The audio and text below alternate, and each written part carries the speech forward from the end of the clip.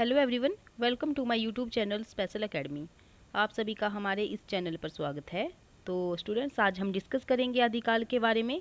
पिछली वीडियो में हमने हिंदी साहित्य के काल विभाजन के बारे में डिस्कस किया था कि हिंदी साहित्य का काल विभाजन किस प्रकार से हुआ है और किस प्रकार से होना चाहिए, नामकरण किस विद्वान के द्वारा क्या नामकरण दिया गया है, और हिंदी साहित्य के जो प्रमुख इतिहास ग्रंथ हैं उनके बारे में भी हमने डिस्कस किया था। नागरी प्रचारिणी सभा काशी द्वारा जो प्रकाशित ग्रंथ हैं उनके बारे में हमने डिस्कस किया।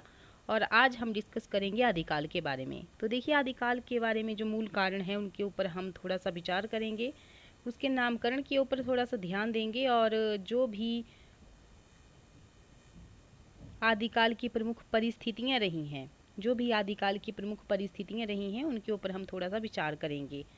अगर स्टूडेंट्स आप हिंदी साहित्य से रिलेटेड किसी भी विषय की तैयारी कर रहे हैं तो ये वीडियो आपके लिए बहुत ही ज़्यादा हेल्पफुल होने वाली है, और वीडियो को ध्यान से देखिए, पूरा देखें। तो देखिए, आज हम स्टार्ट करेंगे आदिकाल के बारे में।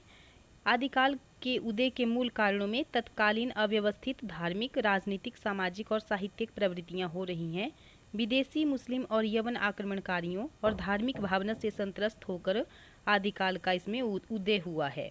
तो देखिए, इसमें हम डिस्कस करेंगे आदिकाल के नामकरण के बारे में कि किस विद्वान के द्वारा कौन सा नामकरण यहाँ पर दिया गया है। तो सबसे पहले है यहाँ पर बीजवपन काल। तो देखिए, बीजवपन काल नाम किसके द्वारा दिया गया है? तो महावीर प्रसाद द्विवेदी जी के द्वारा। वीर गाथा काल नाम दिया गया है रामचंद्र शुक्ल जी के द्वारा।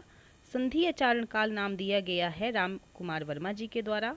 नेक्स्ट है सिद्ध सामंत काल। ये किसके द्वारा दिया गया है? तो राहुल सांकृत्यायन के द्वारा दिया गया है। आदिकाल नाम दिया गया है आचार्य हजारी प्रसाद द्विवेदी जी के द्वारा। नेक्स्ट है प्रारंभिक काल मिश्र बंधुओं जी के द्वारा दिया गया है। अपभ्रंश काल नाम दिया गया है धीरेन्द्र वर्मा जी के द्वारा। और वीर काल नाम दिया गया है विश्वनाथ प्रसाद मिश्र जी के द्वारा। और लास्ट है चारण काल नाम किसके द्वारा दिया गया है? तो ग्रियर्सन जी के द्वारा। तो इसकी पृष्ठभूमि हम देख लेते हैं कि साहित्य मानव समाज के विविध भावों एवं नित्य नवीन रहने वाली चेतना की अभिव्यक्ति है। किसी काल विशेष के साहित्य की जानकारी से तदयुगीन मानव समाज को समग्रतः जाना जा सकता है। दूसरे शब्दों में, किसी काल विशेष के साहित्य में पाई जाने वाली प्रवृत्तियाँ तत्कालीन परिस्थितियों के सापेक्ष होती है। यही सिद्धांत इस बात की आवश्यकता पर बल देता है कि साहित्य के प्रेरक तत्वों के रूप में हम युगीन परिवेश को अवश्य जान लें। आदिकालीन साहित्य भी इसका अपवाद नहीं है। इस काल के साहित्य में जो प्रमुख विशेषताएं उपलब्ध रही हैं वे तदयुगीन परिस्थितियों से विकसित हुई हैं। अतः आदिकालीन साहित्य की प्रमुख प्रवृत्तियों में प्रचलित होने से पूर्व कारण स्वरूप तत्कालीन राजनीतिक, धार्मिक, राजनीतिक और सांस्कृतिक स्थितियों का आकलन हमें कर लेना चाहिए। तो देखिए, परिस्थितियां हमारे पास आ गई हैं। यहाँ पर इस काल की विभिन्न परिस्थितियां निम्न हैं।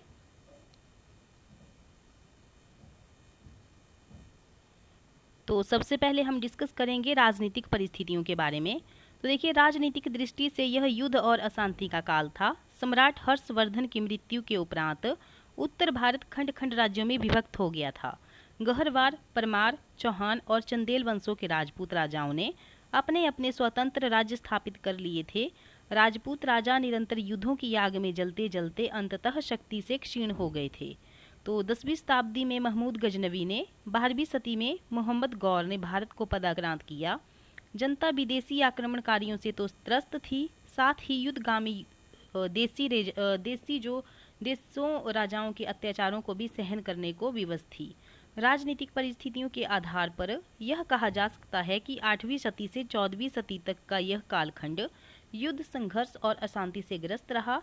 राजाओं में संकुचित राष्ट्रीयता थी, अराजकता, गृह कलश और विद्रोह और युद्ध के इस वातावरण में कवियों ने एक ओर तो तलवार के गीत गाए, तो दूसरी ओर आध्यात्मिकता की प्रवृत्ति के कारण हठ योग, उपदेश वृत्ति और आध्यात्मिकता की बात इसमें कही गई है।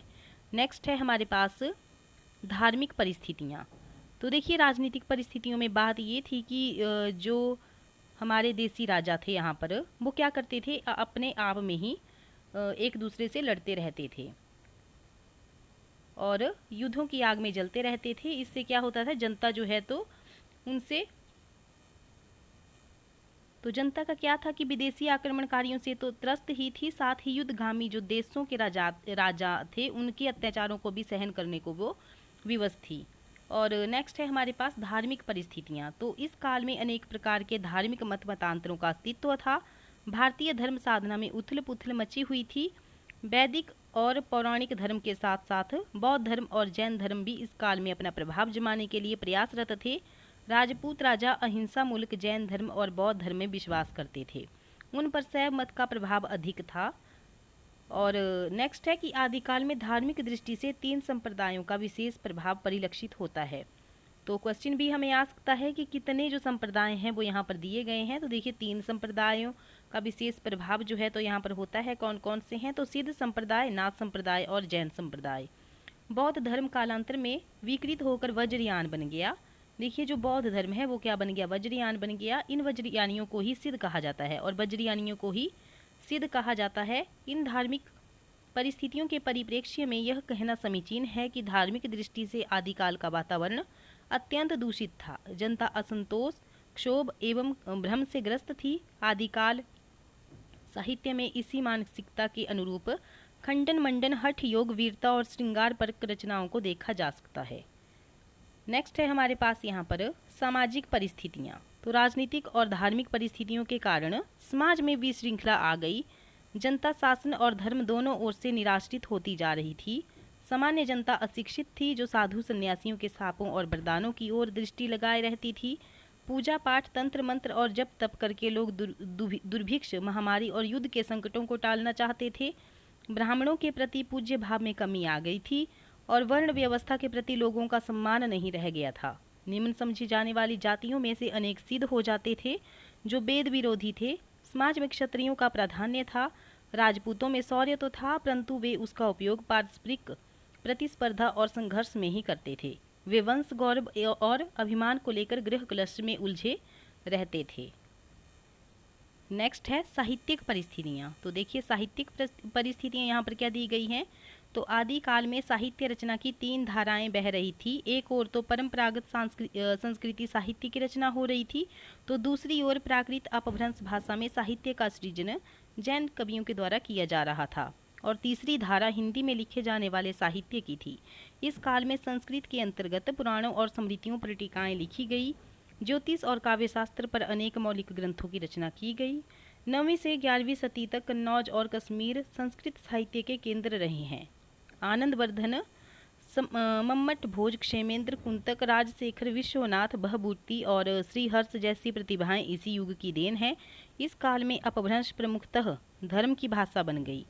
जो अपभ्रंश भाषा है वो कैसी भाषा बन गई थी? तो धर्म की भाषा बन गई थी। जैन कवियों ने गुजरात में रहकर अनेक पुराणों को अपभ्रंश में नए रूपों में प्रस्तुत किया।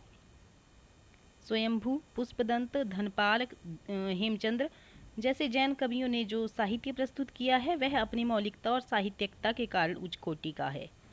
नेक्स्ट है यहाँ पर सांस्कृतिक परिस्थितियाँ। तो सम्राट हर्षवर्धन के समय भारत सांस्कृतिक दृष्टि से अपने शिखर पर था। हिंदू धर्म संस्कृति राष्ट्रव्यापी एकता का आधार था, किंतु कालांतर में मुस्लिम आक्रमणकारियों के आगमन से भारत सैन्य मुस्लिम संस्कृति से भी प्रभावित होता गया। इस काल में मुस्लिम आक्रमणकारियों ने अपने संकीर्ण दृष्टिकोण और धर्मांधता की भावना से प्रेरित होकर भारतीय संस्कृति के मूल केंद्रों, मंदिरों, मठों और विद्यालयों को नष्ट करने का पूरा प्रयास किया। मुस्लिम संस्कृति का प्रभाव आदिकालीन हिंदू संस्कृति के अनेक क्षेत्रों में पड़ने लगा। उत्सव, मेले, परिधान, आहार, मनोरंजन आदि अनेक बातों में मुस्लिम रंग चढ़ने लगा था। दूसरी ओर हिंदू संगीत, कला, वास्तुकला, आयुर्वेद और गणित का प्रभाव मुस्लिम संस्कृति पर पड़ने लगा। संगीत के क्षेत्र में दोनों संस्कृतियों ने परस्पर आदान प्रदान पर्याप्त मात्रा में किया है। गायन, वादन और नृत्य पर मुस्लिम प्रभाव पड़ रहा था तथा अनेक वाद्य यंत्र, सारंगी, तबला, अलगोजा से हिंदू परिचित हो रहे थे। तो स्टूडेंट्स ये थी आदिकालीन साहित्य की कुछ प्रमुख परिस्थितियाँ। तो आपको वीडियो कैसी लगी कमेंट बॉक्स में ज़रूर बताएं। मिलते हैं नेक्स्ट वीडियो में। Thank you.